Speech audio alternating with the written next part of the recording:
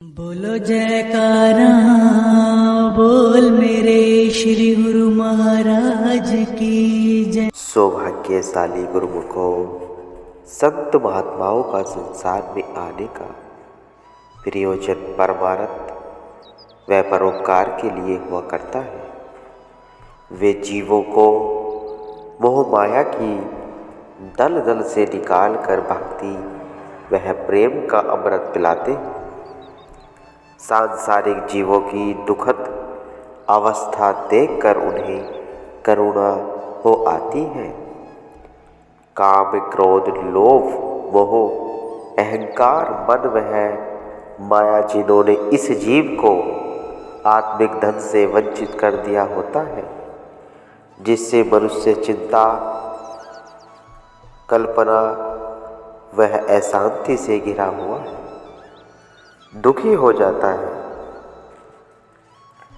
तथा दिन रात मोह के कार्य व्यवहार में इस प्रकार बंध जाता है जैसे रेशम का कीड़ा। रेशम के कीड़े शहतूत के वृक्ष पर पलते हैं और उनके पेट से रेशम निकाल कर उनके शरीर पर लिपटा जाता है। जब रेशम का पूरा गोला उनके शरीर पर बन जाता है, तब वो वृक्ष के नीचे गिरकर मर जाते हैं। इस प्रकार से प्रतिदिन सैकड़ों कीड़े शहतूत के वृक्ष के नीचे मरे पड़े मिलते हैं। रेशम के व्यापारी उन कीड़ों को चुनकर घर लाते हैं, ऊपर से रेशम के धागे उतारकर मरे हुए कीड़ों को फेंक देते हैं। इस प्रकार यह रेशम ही उनकी मृत्यु का कारण बना है। अपने पेट का पैदावार रेशम के कीड़ों के लिए मृत्यु का संदेश लाए हैं। ठीक इसी तरह से मोह ममता के बंधन जो इस मनुष्य को अपनी ही उत्पत्ति फिर स्वयं ही इसमें उलझकर दुखी वह परेशान होता है। यह मोह ही सब दुखों का घर है और इस मोह का जाल दिन प्रतिदिन जितना लंबा होता जाता है, मनुष्य उतना ही ज़्यादा इसमें आसक्त हो जाता है। कुटुंब, परिवार, रिश्ते नातों का मोह, मकान वह धन का मोह आदि सब का परिणाम दुखदायी है। मनुष्य की इस दुखी अवस्था को देखकर संत सत्पुरुष इस मोह बंधन से उसे मुक्त करने की कोशिश करते हैं। यदि तुम अपने सद्गुरु के उपदेश पर पूरा भरोसा करते हो और उनके नाम उपदेश को प्रेम से ग्रहण करते हो, तो तुम्हारे पूर्ण समर्पित हो जाने पर सारे विघ्न दूर हो जाते हैं। समर्पित हो जाने वाले गुरुमुख अभ्यासी को कोई भी विघ्न अपने लक्ष्य से नहीं रोक सकता। सत्संगी अभ्यासी को चाहिए कि अपने सच्चे प्रेम और समर्पण से आंतरिक अभ्यास के सभी विघ्नों से मुक्त हो। परमात्मा से मिलाप के योग के यम और नियम के दायरे में जीने वाला व्यक्ति ही यानी सत्संगी ही संयम से जीवन जीता है। यम और नियम की संयुक्ता संयम कहलाती है, यानी संयम में योग के यम और नियम समाये होते हैं। जो यम और नियम के दायरे में नहीं जीते वही संयम को खो बैठते हैं। व्यक्ति की जिंदगी में यदि संयम खो जाता है, यानी जो संयम को गंवा बैठता है, वही जीवन बर्बाद हो जाता है। एक शिष्य ने अपने गुरु से कहा, मुझे आप ऐसा बना दीजिए जो मैं परमात्मा से मिल सकूं। गुरु ने कहा, पहले मिटो फिर मिलो। शिष्य ने कहा, मैं आपका मतलब नहीं समझ सका। गुरु ने कहा, यह तभी संभव है जब तुम पूरी तरह मिट जाओगे। यदि मिट न सके तो ऐसा कभी संयम नहीं होगा। शिष्य ने कहा, मैं आपके हवाले हूँ, आप जैसा भी चाहें मुझे बनाए। गुरु ने सबसे पहले शिष्य को कहा, किसी भी लक्ष्य की प्राप्ति कर अपार संयम होता है। तुम संयम से रहो। तुम संयम से तभी जी सकोगे जब तुम किसी की आज्ञा के दायरे में जियोगे। आज्ञा का दायरा मर्यादा में जीना होता है।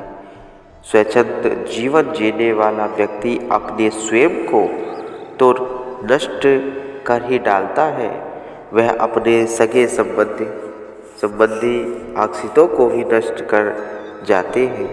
संयम में जीकर ही व्यक्ति ऐसा पात्र बन जाता है जिसमें लक्ष्य प्राप्ति की संपदा समा सकती है। कुम्हार उसी मिट्टी का घड़ा बना पाता है जो मिट्टी कुम्हार के हाथों में पड़ी रहती है। अगर मिट्टी कुम्हार के हाथों में न पड़े और उससे दूर ही दूर रहे तो उस मिट्टी का कोई भी कुशल कुम्हार कुछ भी पात्र नहीं बन सक पाएगा। यदि मिट्टी को पात्र बनाना है तो कुम्हार के हाथों में रहना ही होगा। हाथों में रहना ही होगा, कुम्हार के अनुरूप रहना है। कुम्हार जैसे भी उस मिट्टी को रखेगा उसे ऐसे ही रहना होता है। पात्र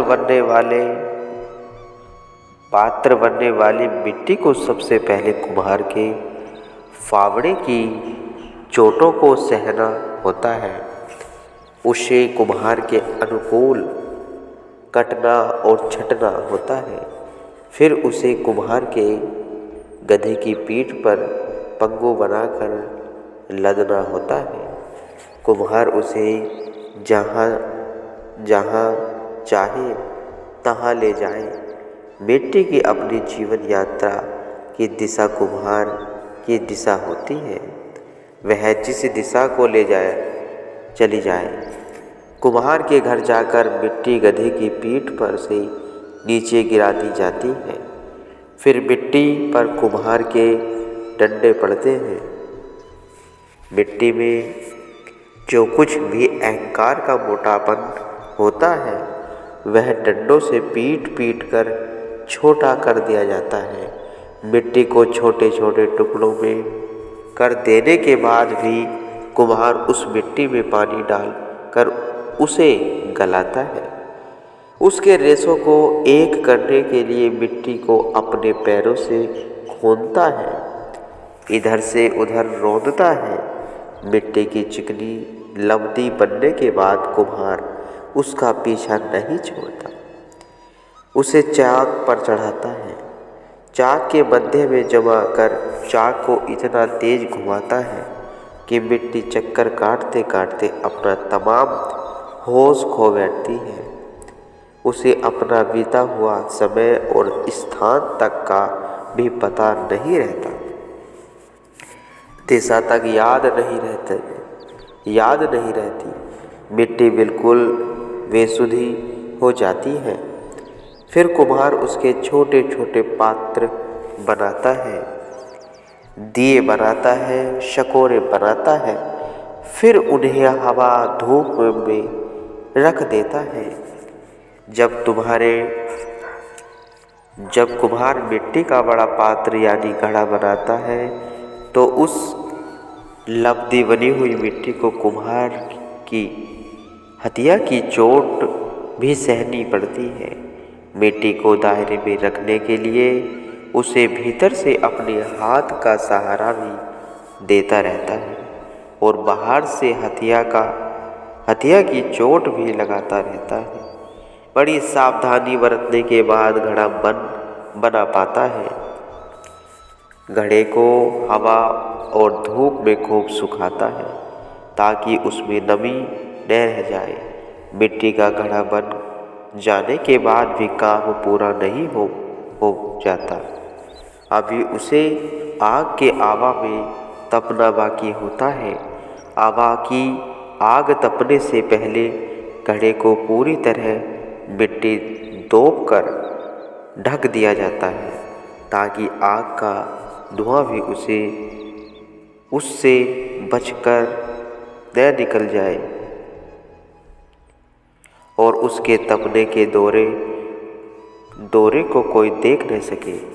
तब जाकर मिट्टी का घड़ा बनता है। अपने में बहुमूल्य सामग्री सीमेंट पाता है। घड़ा बनकर ही मिट्टी का मूल्य बढ़ाता है। जड़ से चेतन होने के लिए, मानव से महामानव होने के लिए, पिंड से 10वें द्वार उठने के लिए सूरत का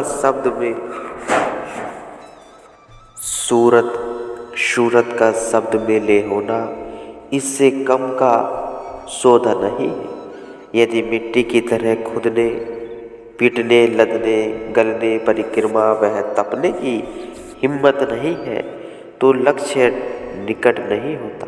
अपने पाठकों को यहाँ यह और बताता चलता हूँ कि साधना के यह यम नियम और संयम वास्तविकता के कारण ही निभाए जा सकते हैं। यदि आप नास्तिक हैं अर्थात धार्मिक व्यक्ति नहीं हैं तो आप में सुसंस्कारों का जन्मना या पनपना बहुत मुश्किल ही नहीं, नामुमकिन ही होगा। यदि आप इस संसार का कोई नियंता और रचयिता मानते हो तो उसके वजह से आप बहुत ही कुकर्म करने से बच जाते हैं। ऐसे ही यदि आप प्रत्येक कर्म के फल भोगने की व्यवस्था पर विश्वास करते हो तो कितने ही बुरे कर्मों को करने से परहेज करते हैं। यदि आप प्रत्येक प्राणी में प्रभु की मौजूदगी देखते हैं तो आप कितने ही व्यर्थ की मान्यताओं से बच जाते हैं। सब में परमात्मा को देखना कर्म फल की व्यवस्था को ही स्वीकार करना है। तमाम सृष्टियों का सृष्टा और नियंता कुल मालिक को मानना है। उपरोक्त आस्था से परमात्मा की आस्तिकता सिद्ध होती है। यदि आप परमात्मा में आस्था नहीं रखते तो आप आस्तिक नहीं हैं, आप नास्तिक हैं।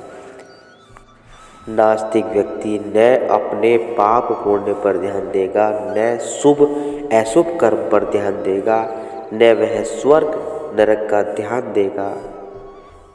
पर ध्यान देगा। वह तो बस अपने हित के लिए, अपने शुभ के लिए और अपने लाभ के लिए कुछ भी दुराचार और कुकृत्य कर सकते हैं, क्योंकि आपको किसी का कोई भय नहीं होता।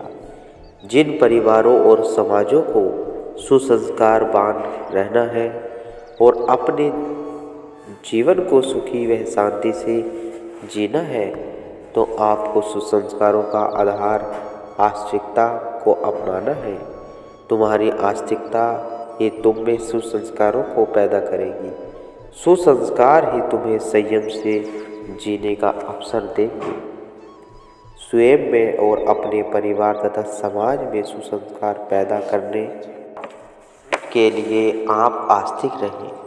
आस्तिकता को बनाए रखने के लिए अपने घरों में प्रत्येक सदस्य को साथ लेकर नित्य प्रति आरती, पूजा, धर्म ग्रंथों का अध्ययन करें। साप्ताहिक और मासिक सत्संग करें। आपके परिवार का धार्मिक आचरण होने से आपके घर में दुर्गुण प्रवेश नहीं करेगा।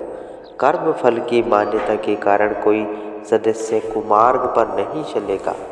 आपकी आस्था और भक्ति आपके भविष्य को अंधकार भय नहीं होने देगी। जब तुम आस्तिक होते हो और किसी संत सद्गुरु की शरण में पहुंच जाते हो तो सद्गुरु तुम्हें धार्मिक जीवन जीने की आंतरिक दिशा देते हैं। अंतर में तुम्हारा उत्थान कैसा होगा यह युक्ति सद्गुरु बताते हैं। सद्गुरु की युक्ति में दुराचार से बचकर सदाचरण ग्रहण करना होता है। साधना के दौरे में अपने एक अवगुण को निरख कर दूर करना होता है। आध्यात्मिक जगत की साधना क्षेत्र में आपको अपने कुल मालिक के लोक में समाने के लिए किसी संत सद्गुरु की शरण में पहुंचना अनिवार्य होता है और सद्गुरु रूपी कुम्हार के हाथों में मिट्टी की तरह संयम से रहना होता है। तब जाकर उस मिट्टी का कीमती सुपात्र बनता है। एक संयमी व्यक्ति वह भी होता है जो धार्मिक व्यक्ति नहीं होता है, न कि किसी संत सद्गुरु की शरण में जाता, परंतु वह अपने परिवार समाज में अच्छे संस्कारों से संयम अनुसार जीता है। लोक में वह नेक इंसान होता है, बस वह आध्यात्मिक से बेखबर होता है। जब भी उसके सुसंस्कार और उसकी भलम मनसाहत प्रबल होगी, वह किसी सद्गुरु की शरण में पहुंचकर परमात्मा की तरफ बढ़ जाएंगे। संयम से जीने वालों का जीवन धार्मिकता और सुख शांति से भरा होता है। जो व्यक्ति अपने संयम को खो बैठते हैं, उनका जीवन बर्बाद हो जाता है और सदा दुखी रहते हैं। संयम इंद्रियों का ही नहीं होना चाहिए, मन का संयम भी बहुत जरूरी है और विचारों का संयम होना भी जरूरी है। जीव मुख के भीतर रहती है और खट्टे मीठे जर परे वह कड़वे का स्वाद चखती है। सूखा गीला चिकना पदार्थ चखती है, परंतु जिस समय वह स्वाद चखती है उसी वक्त स्वाद महसूस करती है, परंतु थोड़ी देर बाद ही जीव पूर्वत हो जाती है। न वह स्वाद को बनाए रखती है, न चिकनापन को बनाए रखती है, वह अपने जैसी रहती है। जीव ने कितने ही स्वादिष्ट और कीमती पदार्थ खाया हो, परंतु वह सभी को पेट में पहुंचा देने के बाद पूर्वत हो जाती है। कितने ही ऐसे